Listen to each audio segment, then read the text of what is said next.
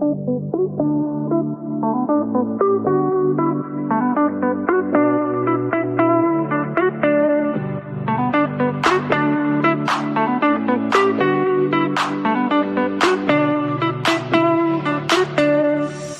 there, and welcome to the Diary of a Discarded Daughter podcast with author and founder of Christian Drama Queen Solutions, Lisa Schaefer. That's me.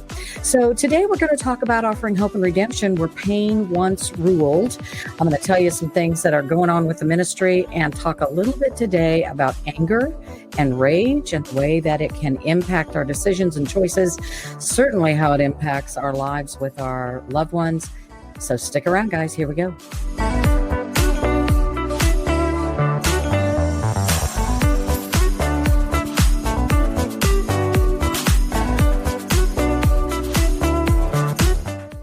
All right, here we go indeed. So maybe you have noticed The Diary of a Discarded Daughter is the new title of the podcast that used to be called The Chronicles of the Christian Drama Queen.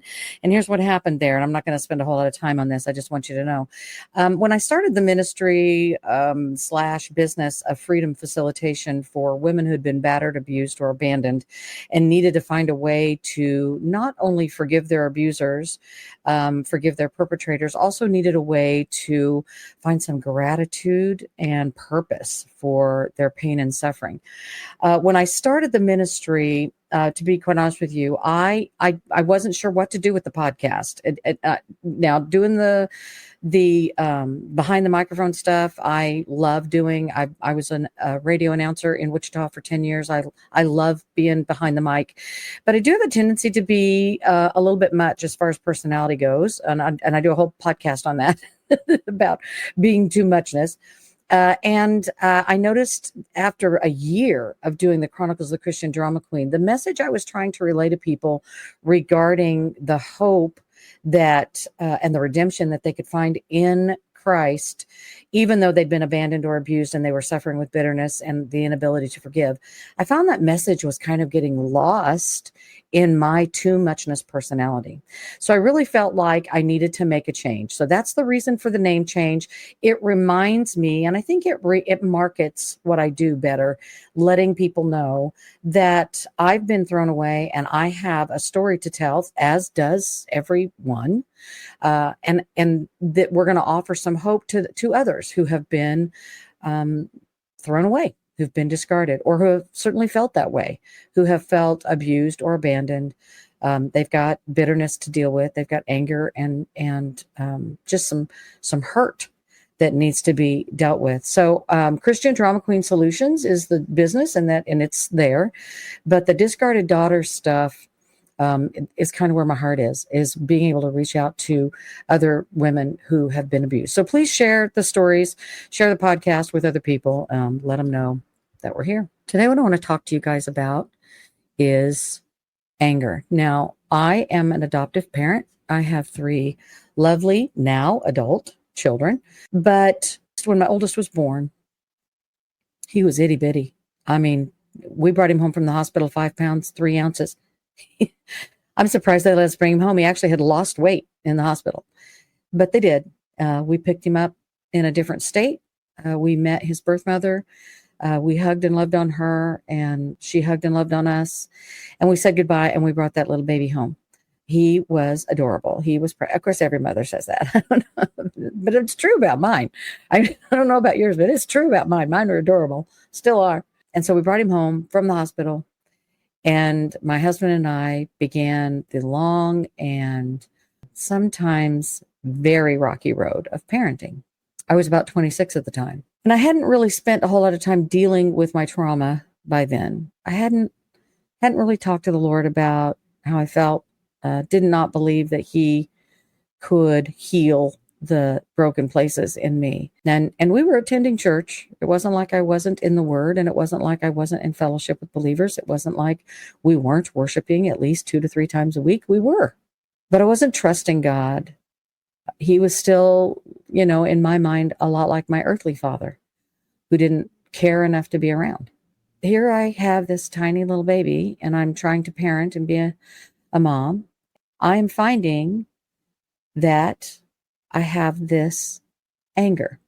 Now, not that this is a defense, But my little baby boy was born with reactive attachment disorder. And for those of you who've ever looked at RAD, it tends to be something we diagnose children in foster care system with. They struggle to maintain loving relationships with people who are loving them and will sabotage those relationships early on so that they don't get hurt. So, it's like, okay, I'm in foster care with this one, and then I'm in foster care with this one, and then finally we get to the third or fourth foster home situation.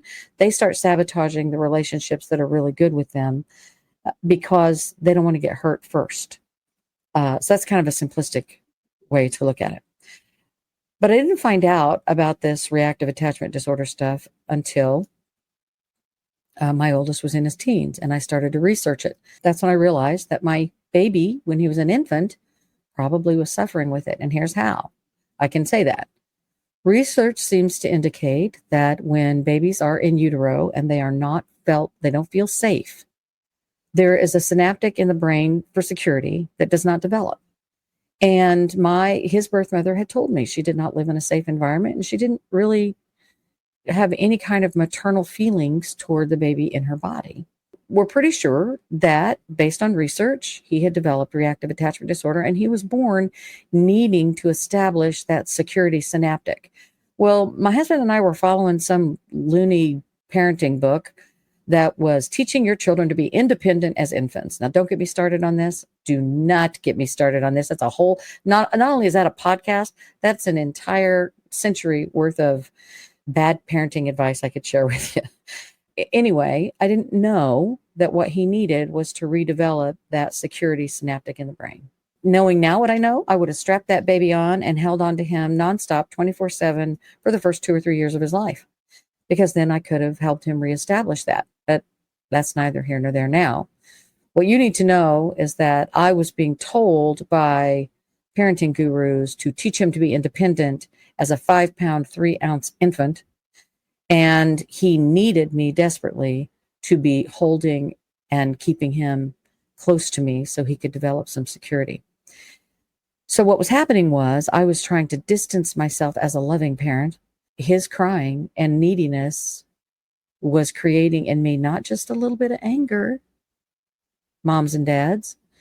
It was creating, and it wasn't even creating. I was full of rage. I was full of so much anger and rage. Looking back, it would be really easy for me to just say, well, we didn't know what we were doing. And I'm sure all that rage came from a lack of just good parenting skills. We were new parents. But I think, honestly, now that I've gone through what I've gone through in the 40 years of research about my own abandonment and stuff, I was mad. And it wouldn't have mattered how good that baby was. I think I would have been dealing with some anger. But this is how it reared its ugly head. There were times when I felt like I just wanted to throw him through a window.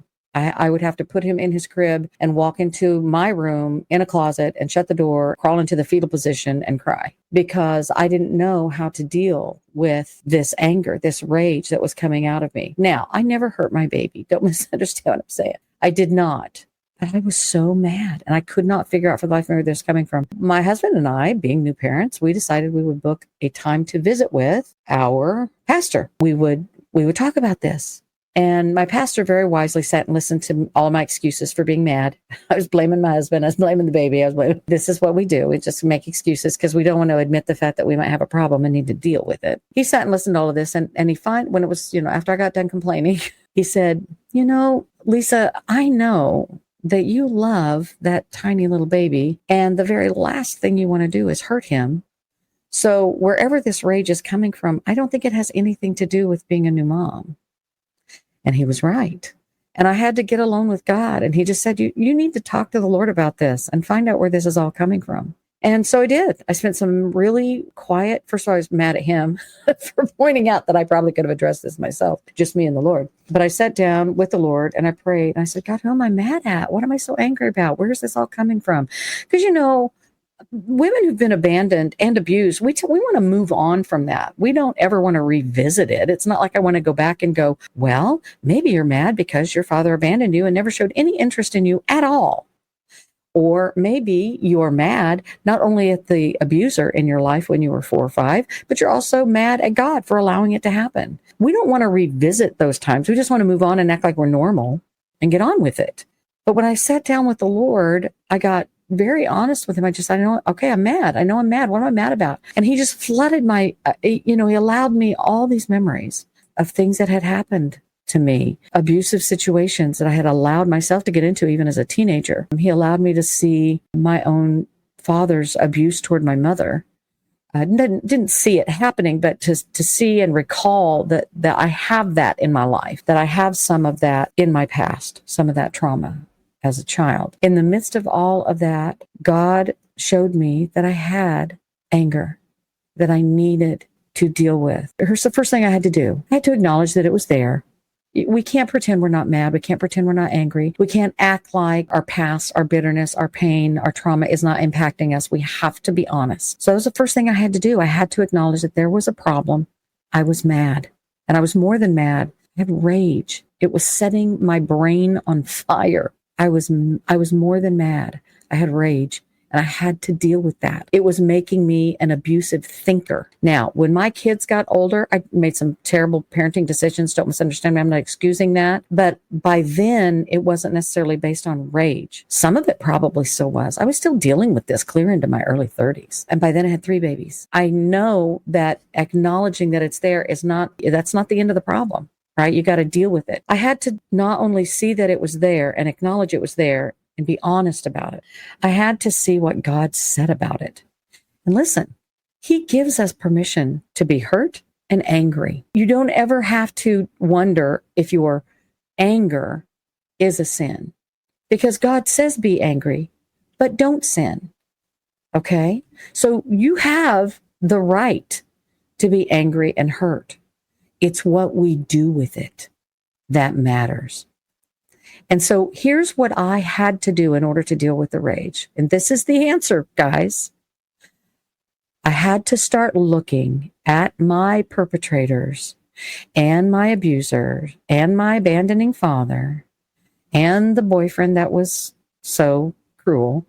I had to look at those people and see them the way that God sees them.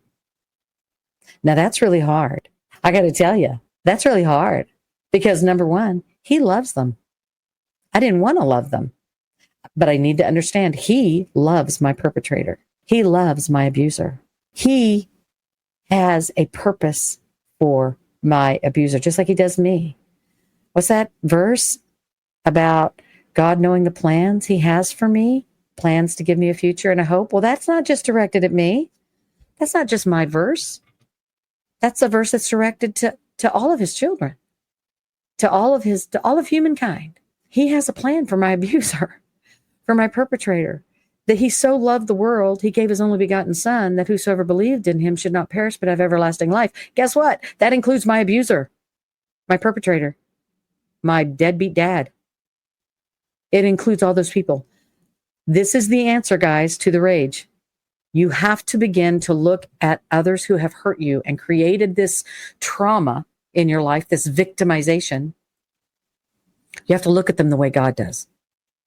You have to see them the way that God does. You will never find a way to forgive them here's a really hard one, or to find a love for them if you don't start thinking about them the way that God thinks of them. And here's the result of that. Once you begin to start thinking of them, seeing them the way that he does, when you recall your trauma, those times when you were victimized, you can recall your perpetrator being a broken sinner whose mind and heart has been corrupted by sin, and a weeping Lord and Savior who sees what's happening to you and them both, and how desperate he is to save him or them. Do you understand what I'm saying? The result is that you begin to have the mind of Christ toward your perpetrator. And as crazy as that sounds, that is the answer to dealing with your rage. Believe me, as someone who's been there, right? Believe me. Thanks for joining me again today, guys. On the Diary of a Discarded Daughter, I am Lisa Schaefer, freedom facilitator and founder of Christian Drama Queen Solutions. I'm very glad that you have been here today. Listen, if you want to get a hold of either one of the Bible studies that I've written, they are available on Amazon. Look for Discarded, A Daughter's Journey to Reclaim Freedom and Forgive the Father Who Left Her Behind, or The Christian Victim's Guide to Forgiving the Unforgivable. Now listen, you can buy them on Amazon, but if you will shoot me an email, tell me you'd like to buy them from me directly, I will spiral bind them for you, because homeschool moms like me just love to have spiral bound books. So get a hold of me, Lisa@ChristianDramaQueen.com. That's Lisa@ChristianDramaQueen.com. Also, you can find out more about me. Here's some older podcasts that are available out there. Of course, we're available on the iTunes podcast, and we're also available on Spotify and all those places. But you can go to my website just to find out more about me and the ministry at ChristianDramaQueen.com. I would love to see you there, ChristianDramaQueen.com. And there's a link there that will allow you to sign up for some free resources and give you an extra way to get a hold of me. That's ChristianDramaQueen.com. And listen, you know I love you.